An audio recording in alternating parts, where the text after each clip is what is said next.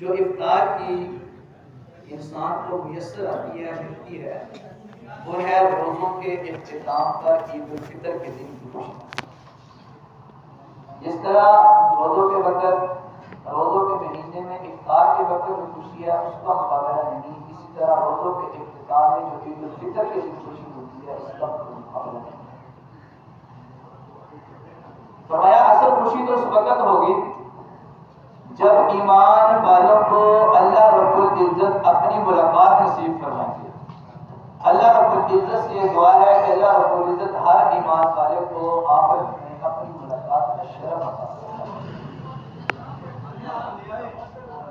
بڑی خوش نصیبی کی بات ہے، بڑی خوش قسمتی کی بات ہے کہ جس کو اللہ رب العزت اپنے چہرے کا دیدار کروائیں، اللہ رب العزت اپنی ملاقات کا شرف۔ میرے معزز سامعین گرامی،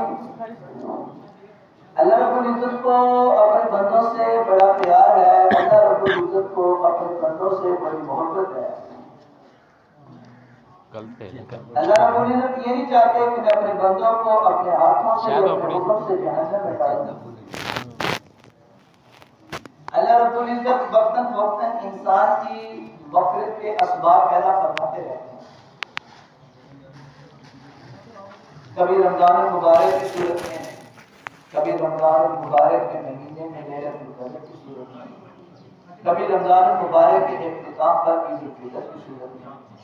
کبھی ذوالحج کے مہینے میں ذوالحج کے دن،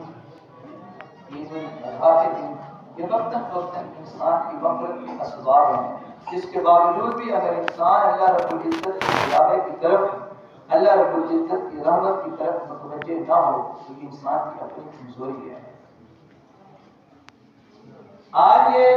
ایمان والوں کے لیے اسلامی تہوار کا پہلا دن، خوشی کا دن، مسرت کا دن ہے، جس کو احادیث میں یوم الجائزہ بھی کہا گیا ہے کہ اللہ رب العزت کی طرف سے عبادات پر اللہ رب العزت کے بندوں کو انعام دیے جانے کا دن،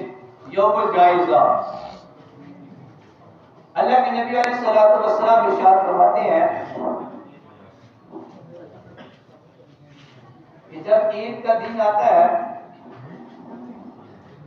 لوگ ایک میدان میں مجمع کی صورت میں جمع ہوتے ہیں۔ اگر آپ کی توجہ میری طرف ہو تو ایک بات آپ کی خدمت میں کرتا ہوں۔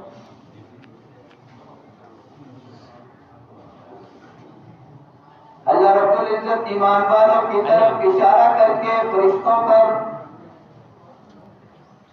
اس بات کی توجہ دلانا چاہتے ہیں کہ فرشتوں دیکھو ایمان والوں کی طرف تم اعتراض کر رہے تھے،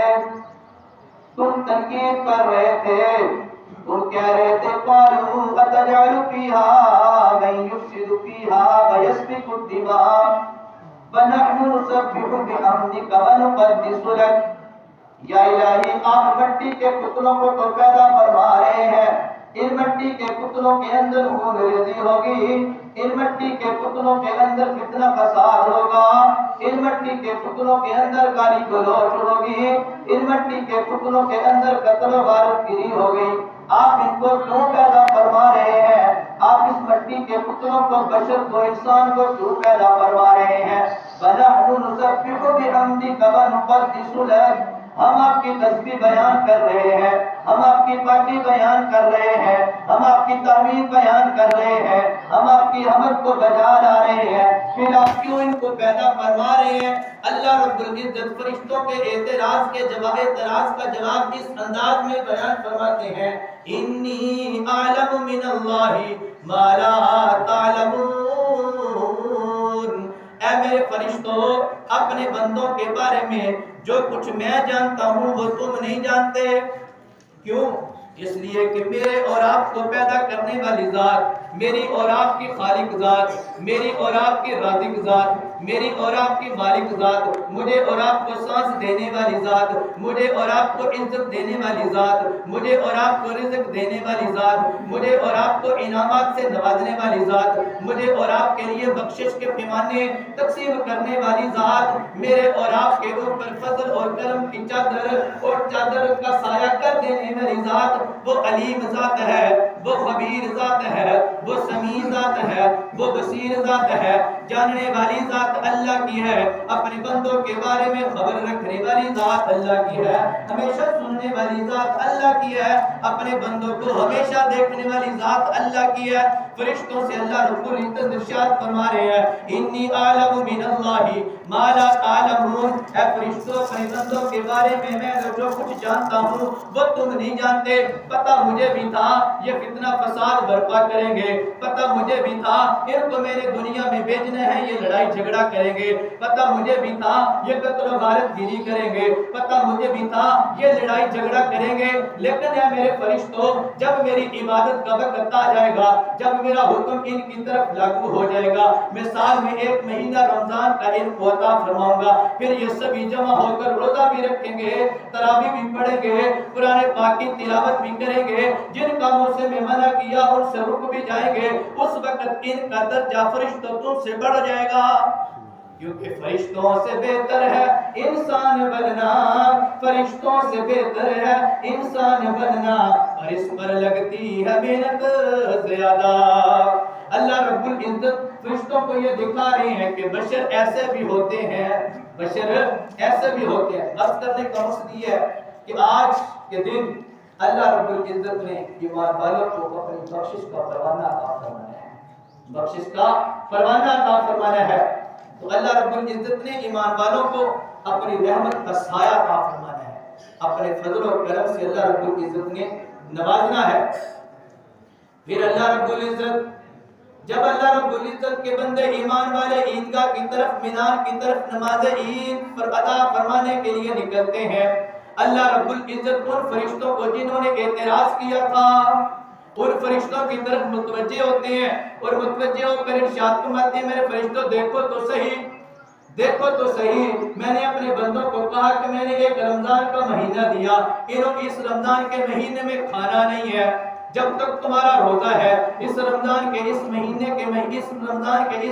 میں اتنے وقت سے لے کر اتنے وقت تک پینا نہیں ہے، یہ کھانے سے بھی رکے رہے، یہ پینے سے بھی رکے رہے، نفسانی خواہشات سے بھی رکے رہے، ذرا دیکھنا اپنی عبادت کی تکمیل کے لیے یہ عیدگاہ کی طرف رخ کرتے ہیں، میدانوں کی طرف رخ کرتے ہیں۔ اللہ رب العزت فرشتوں سے مخاطب ہو کر ارشاد فرماتے ہیں اے میرے فرشتوں بتاؤ تو صحیح، جو مزدور اپنی مزدوری مکمل کر لے، کام کرنے والا اپنا کام مکمل کر لے، اس کی مزدوری کیا ہونی چاہیے؟ فرشتے عرض کرتے ہیں یا الہ العالمین جب کام مکمل ہو جائے تو اس کو اس کی مزدوری پوری دے دی جائے، کسی کا کوئی حق نہ رکھا جائے، کسی کا کوئی حق نہ رکھا جائے۔ تو اللہ رب العزت ارشاد فرماتے ہیں فرشتوں پھر گواہ ہے نا میرے بندوں نے اپنی عبادت کی تکمیل کی ہے، میرے بندوں نے میرے حکم کے مطابق روزے رکھے ہیں، میرے بندوں نے میرے حکم کے مطابق تراویح ادا فرمائی ہے، میرے بندوں نے میرے حکم کے مطابق پورا مہینہ کھانے پینے سے رکے رہے ہیں، پورا مہینہ نفسانی خواہشات سے رکے رہے ہیں، پورا مہینہ جہاں تک ان کے پاس استقامت تھی، طاقت تھی، استطاعت تھی، قدرت تھی، یہ پورا مہینہ یہ گناہوں سے بچے رہے ہیں۔ اے میرے فرشتوں گواہ رہنا، مجھے میری عزت کی قسم ہے، مجھے میری کبریائی کی قسم ہے، مجھے علو اور مکان کی قسم ہے، مجھے اپنے جلال اور کرم کی قسم ہے، میرے بندے نکلے ہوئے ہیں، مجھ سے کچھ مانگ رہے ہیں، مجھ سے جائز دعائیں مانگ رہے ہیں، مجھ سے مناجات کر رہے ہیں، مجھ سے مرادیں پوری کروانے کے لیے عیدگاہ کی طرف انہوں نے رخ کیا ہوا ہے۔ اے میرے فرشتوں گواہ رہنا، اے میرے فرشتوں گواہ رہنا، اے میرے فرشتوں گواہ رہنا، یہ عید کی نماز ادا فرمائیں گے، عید کی نماز ادا کرنے کے بعد جب یہ واپس اپنے گھروں کی طرف لوٹو گے تو میں ان کو اس حال میں لٹاؤں گا کہ ان کی بخشش ہو چکی ہوگی۔